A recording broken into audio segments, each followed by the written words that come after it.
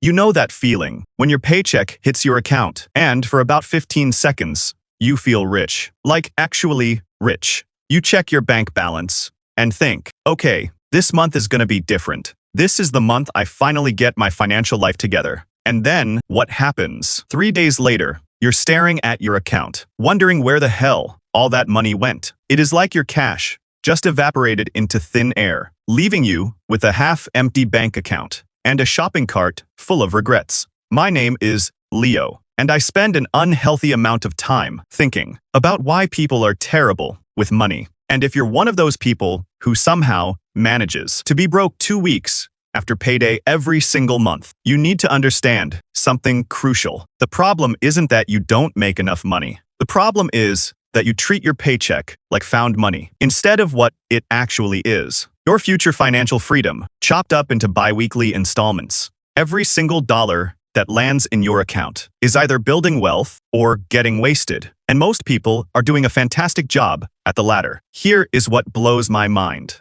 The average person has absolutely no idea what happens to their money after they get paid. They know their rent magically gets paid somehow. Food appears in their kitchen through some mysterious process. Netflix keeps renewing itself without them, lifting a finger. But beyond those basics, complete and utter financial chaos. They're basically sleepwalking through their financial lives, wondering why they can never get ahead. They get excited when the paycheck arrives, blow through it like it is monopoly money, and then spend the next 2 weeks eating cereal for dinner while obsessively checking their bank balance. It is like watching someone play financial Russian roulette every single month. But successful people do something completely different the moment money hits their account. And no, it is not some complicated Wall Street strategy or some sexy investment trick that'll make you rich overnight. It is actually stupidly simple and boring as hell, which is exactly why most people never do it. They want the magic pill, the secret formula, the one weird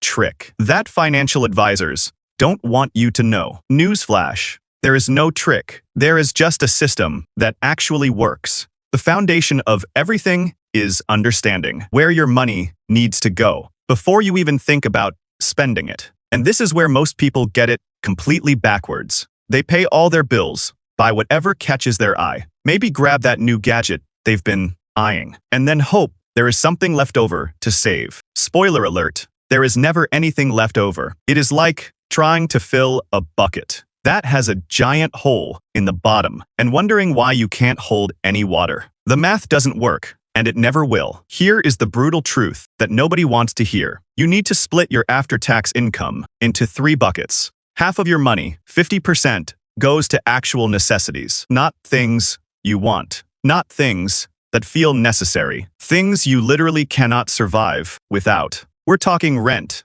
utilities, basic food, and transportation to get your ass to work so you can earn more money. Notice what is not on that list. Your premium cable package, your daily $7 latte, your subscription to every streaming service known to humanity. Those might feel essential when you're binge watching your favorite show at 2 a.m., but they not. The biggest mistake people make is what I call necessity creep. They look at their expenses and convince themselves that everything is critical to their survival. That $600 car payment becomes essential transportation. The daily coffee shop visits become necessary for mental health. The expensive gym membership they use twice a year becomes an investment in wellness. But here is the reality check. If you are spending more than 50% of your take-home pay on true necessities, you're either living somewhere too expensive for your income, or you're lying to yourself about what you actually need. Let me give you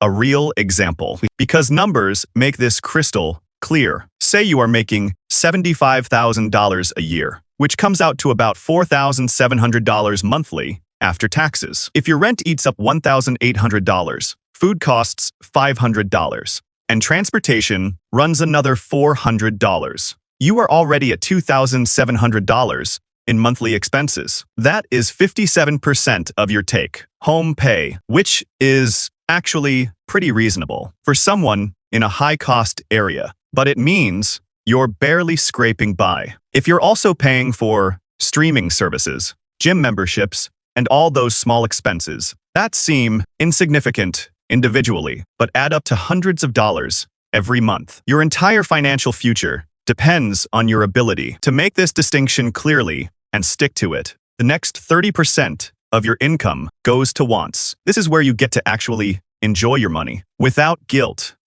And this is a huge but wants come after you've handled something way more important. Before you even think about fun money, you need to make sure every single one of your debt payments is current, not aggressively paid down yet, just current, on time, every single month. Someone in the comments once said, "When I was a teenager, I noticed as my pay went up, my savings did not." And that is because most people let their spending expand to match their income. They never build the discipline to pay their obligations first. Here is something that might surprise you about credit scores. The difference between excellent credit and terrible credit often comes down to just one missed payment. Make 99% of your payments on time. That is considered good. Miss a few payments, your credit score tanks so hard, it'll make your head spin. The system is designed to reward consistency and punish even minor mistakes brutally. So, before you do anything fun with your paycheck, make sure all your minimum debt payments are scheduled and handled. This isn't glamorous, and it won't get you any social media followers, but it is the foundation everything else gets built on. Now, let's talk about the thing most people completely ignore until it is too late. The emergency fund. I know. Emergency funds are about as exciting as watching paint dry, but not having one is like playing financial chicken with the universe, and eventually, the universe wins. Your car breaks down. Your laptop dies right when you need it most. Your pet gets sick. You get an unexpected medical bill. Tuesday. The goal is to have 3 to 6 months of essential living expenses saved in a high-yield savings account where you can actually access it when things go sideways. Let's go back to our earlier example. If your necessities cost $2,700 monthly, your emergency fund goal should be between $8,000 and $16,000. That probably sounds like an impossible amount of money, especially if you're living paycheck to paycheck. But here is the thing, you start small. One commenter nailed it when they said, the problem is, while saving that emergency fund, emergencies still happen. Yeah, no shit. That is exactly why you need it. You're not trying to have the entire fund tomorrow. You're building it gradually while protecting yourself from catastrophe. Emergency funds aren't just about money. They're about peace of mind. When you have a few $1,000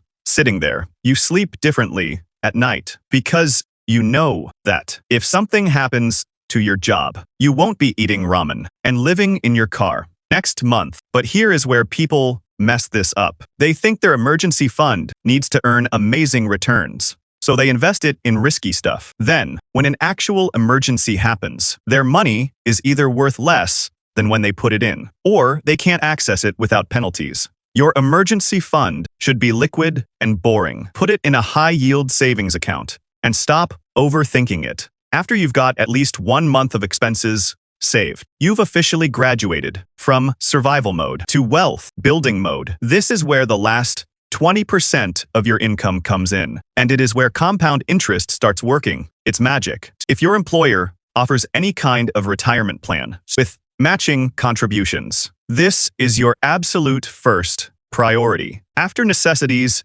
and minimum debt payments, employer matching is literally free money. It is like your boss walked up and offered to double your investment instantly. You would never turn that down in any other context. That is exactly what employer matching is. If your company matches 100%, up to 5% of your salary, and you make $60,000 yearly, contributing $3,000 means your employer also throws in $3,000. You just doubled your money with zero risk. Show me another investment that offers a guaranteed 100% return. You can't, because it doesn't exist. As a general rule, you should aim to invest about 15% of your gross income for retirement. This might sound like a lot, but the power of compounding means the earlier you start, the less you need to contribute monthly to reach your goals. Here is a shocking fact. If someone starts investing $300 monthly at age 25, assuming an 8%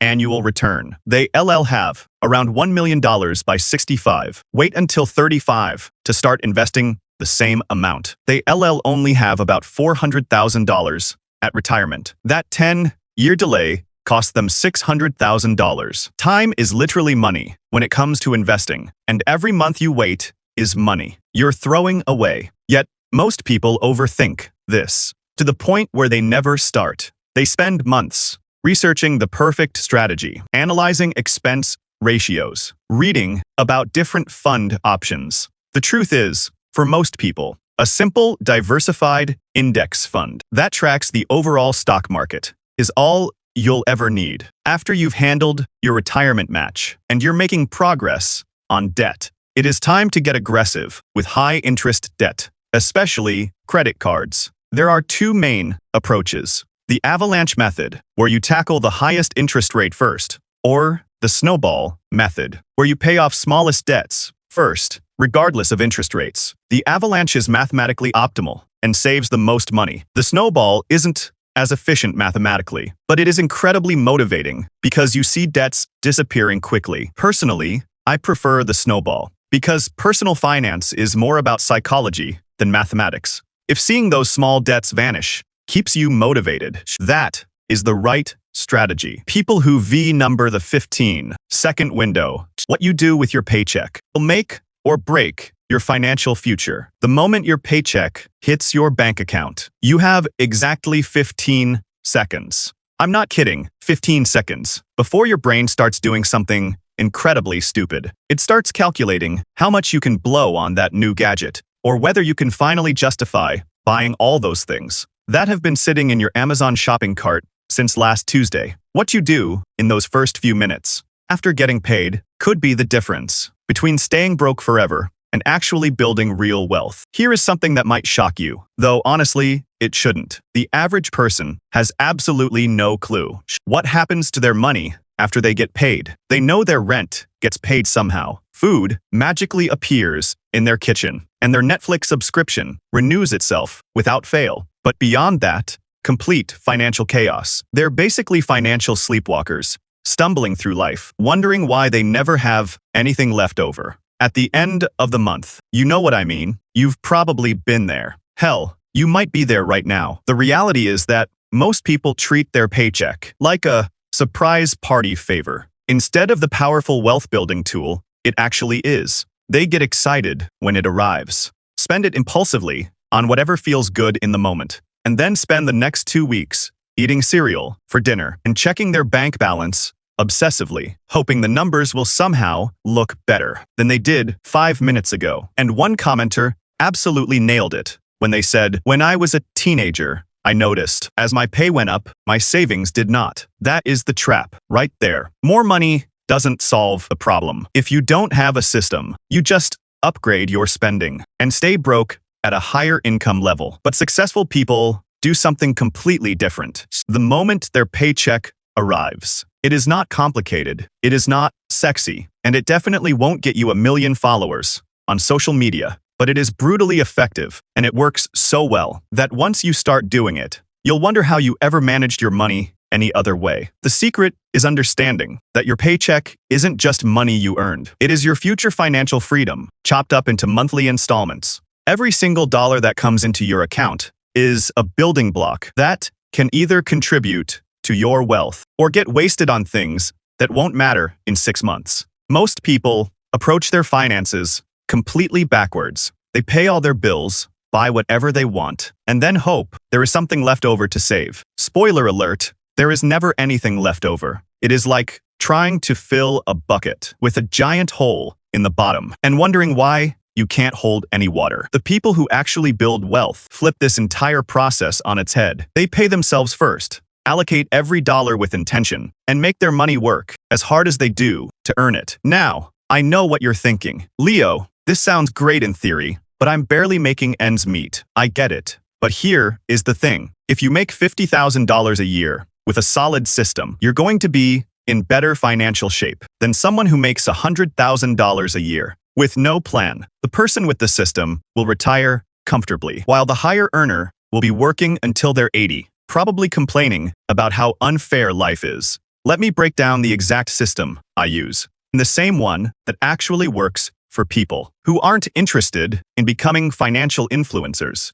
but just want to stop being broke. The foundation is having a budget, and I know that word makes most people want to take a nap, but a precise plan for your money is absolutely critical to your financial success. Think of it this way: 50% of your after-tax income goes toward necessities. These are the things you literally cannot live without: rent, or your mortgage payment, utilities, transportation to work, and food that actually keeps you alive. Notice I didn't include your premium cable package, or your daily trip to the fancy coffee shop, or your subscription to 17 different streaming services. Those might feel necessary when you're binge-watching your favorite show at 2 in the morning, but they're not. The biggest mistake people make here is what I call necessity creep. They look at their expenses and convince themselves that everything is a necessity. That expensive car payment becomes essential transportation. The daily coffee shop visits become critical for their mental health. But here is the reality check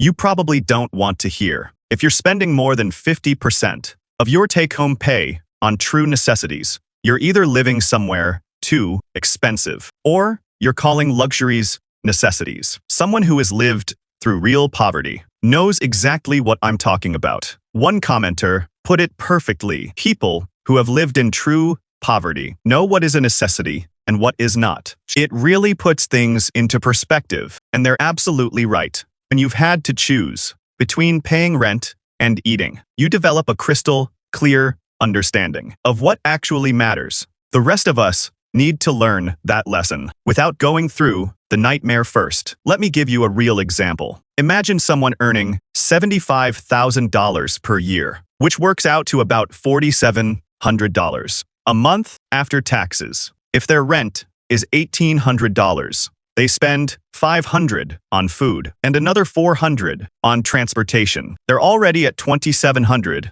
in monthly expenses. That is about 57% of their take-home pay, which is actually pretty reasonable for someone living in a higher cost area. But it means they need to be ruthless about everything else, especially if they're also paying for gym memberships and other small expenses that seem insignificant individually, but add up to hundreds of dollars monthly. Before you even think about spending money on anything fun or optional, you need to make sure you're staying current on any debt payments. This isn't about aggressively paying down debt yet. This is about protecting your credit score and avoiding late fees. That can destroy your financial progress. Your credit score is your financial reputation, and that reputation affects almost everything. It determines what interest rate you'll pay on a mortgage, whether you can qualify for a decent car loan, and, in some cases, whether you can rent an apartment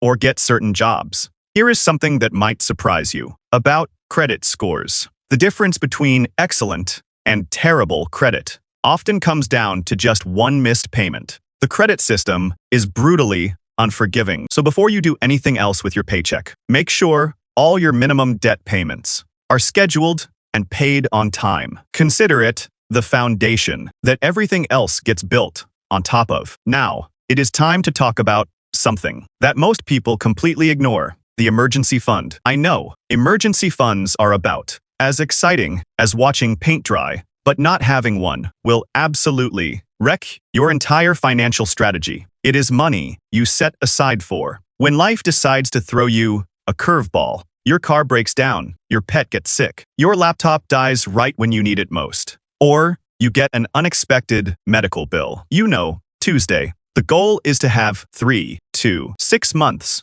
of essential living expenses saved in a high-yield savings account. And I can already hear the objection. The problem is, while saving that emergency fund, emergencies still happen. Yeah, no kidding. That is exactly why you need to start building this fund immediately, even if you can only save $25 per paycheck. Because here is the alternative: when that emergency hits, and you don't have savings, you're putting it on a credit card at 20% interest, which means you're now paying for that emergency for years. If someone's necessities cost $2,700 a month, their emergency fund goal should be between $8,000 and $16,000. That might sound like an impossible amount of money to save, especially if you're living paycheck to paycheck. But you start small. One commenter shared their system. I averaged out what each bill cost me for a year, added the yearly cost of each bill together,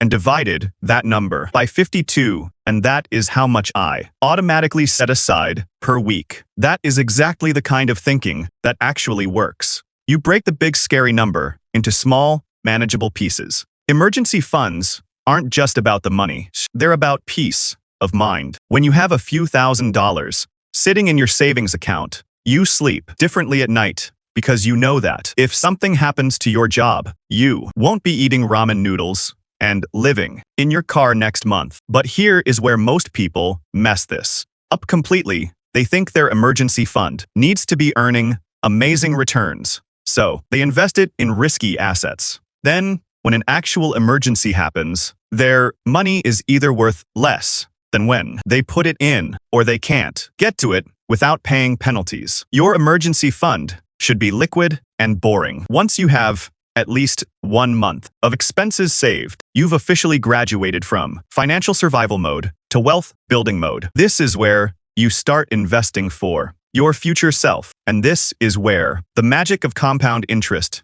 really starts to work for you. If your employer offers any kind of retirement plan with matching contributions, this is your absolute first priority. Employer matching is literally free money. If your company matches 100% up to 5% of your salary, and you make $60,000 per year, that means if you contribute $3,000 annually to your retirement account, your employer will also contribute $3,000. You just doubled your money instantly with zero risk. Here is a shocking fact about retirement investing. If someone starts investing $300 per month at age 25, assuming an 8% annual return, they'll have around $1 million by age 65. But if they wait until age 35 to start investing the same amount, they'll only have about $400,000 at retirement. That 10-year delay cost them around $600,000.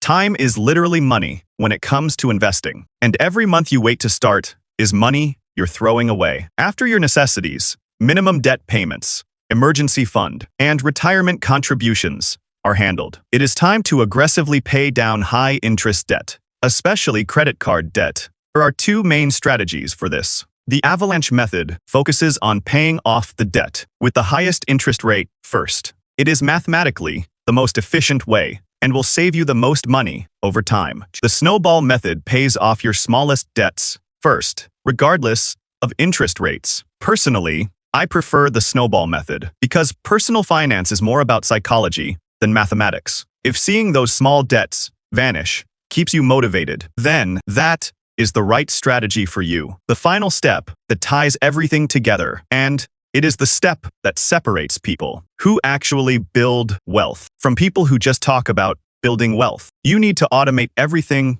we just discussed. Here is the thing about willpower. It is a finite resource. You might wake up Monday morning feeling super motivated to manage your money, but by Thursday evening, that motivation has completely evaporated. Automation takes willpower out of the equation. When your money moves automatically, according to your plan, your financial goals get funded, whether you're having a good day or a terrible day. Here is my personal system. My paycheck hits my checking account, and I let it sit there for exactly 1 day, just to make sure everything clears properly. Then, the day after I get paid, automatic transfers move money from my checking account to my savings account, my investment accounts, and a separate account where I save money for taxes. I never have to think about it. I never have to remember to move money around. I never have to fight the temptation to spend that money instead of saving it. It just happens automatically, like my rent payment or my phone bill. The biggest mistake people make with automation is setting it up once and then forgetting about it. Every time you get a raise or a bonus, you should increase your automatic contributions. Instead of increasing their savings rate, most people just increase their spending. They're running on financial autopilot, but they never update their flight plan. Look, I know some of you are thinking this is all common sense. One commenter basically said, "All right, let me save you 10 minutes. Cut unnecessary expenses. Know what your monthly bills are, then split it up. Done." And yeah, that is technically correct. But here is why most people never actually do it. Knowing what to do and actually doing it consistently are two completely different things. Common sense isn't common practice. The difference between knowing this stuff and actually implementing it is the difference between staying broke and building wealth. This paycheck routine isn't rocket science. It is simple, it is effective, and it is boring, which is why most people never actually follow a system. But if you treat every paycheck like a tool, instead of monopoly money you found in your couch cushions, automate everything and stick to the plan. In 5 years, you'll be laughing at how simple it was, while everyone else is still wondering where their money disappeared to. Those 15 seconds, when your paycheck hits your account, that is when you win or lose. Choose wisely.